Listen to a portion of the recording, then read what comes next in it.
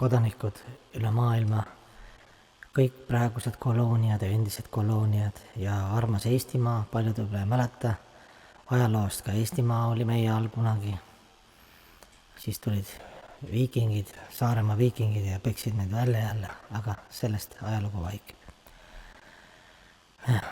Aga ma räägin oma uuest raamatust, mis tuleb siis ka eesti keeles trükki.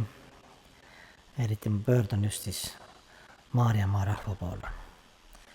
Ja raamatust mõned väljavõtted.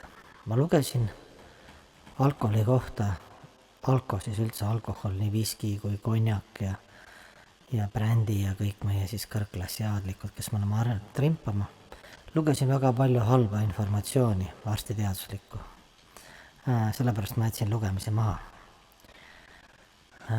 Mõnikord, et saada välja mugavustsoonist, eks ju, seda segab ainult okastraat, ehk siis, et tsoonist välja saada.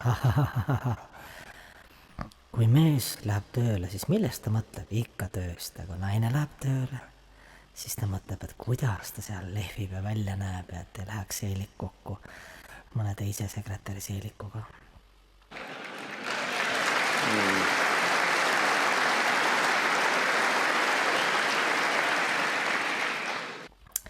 Iga eduka mehe taga seisab naine, ta seisab seal ja viriseb.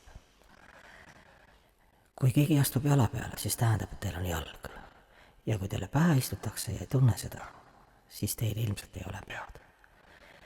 Kui me lolle ei ravi, siis võib juhtuda, nagu meil on oma kogemus ka arstiteaduses, et lollid võivad ravida meid ja hakkavad meid tohterdama. Kui sul pole ammu keegi helistanud, sõbrad, lähedased, siis tähendab, et neil läheb hästi. Mitte keegi ei aita sind raskel hetkel rohkem kui mitte keegi. Kui sul on üksik ja raske tunne, siis tea, et sul ka raha ei ole. Ära unusta seda. 7 aastat ma ei joonud, ei lasknud ringi, ei tõmmanud ninna midagi. Elasin kainet ja korralikku elukultuurset. Ja siis viis mind ema esimesse klassi ja sealt läks allakaigu spiraal. Mul on vaid 2 puudust, halb mälu ja teist asja ma kahjuks ei mäleta. Joomine on nagu õlled seljakotis, mida rohkem jood, seda kergemaks läheb seljakott. Ega ma siin pikalt ei tee, muidu kogu raamatu räägin teile ära. Raamatu nimi on Kuningad läbi aegade ja mina kui kunn number 1. Ennem ma kartsin pimedust, aga pärast jaanuari elektriarvet kardan ma ka elektrit ja natuke vett ja prügiga. Viimane nali, kõik naeravad saalis. Kuningas teeb nalja, siis kõik naeravad.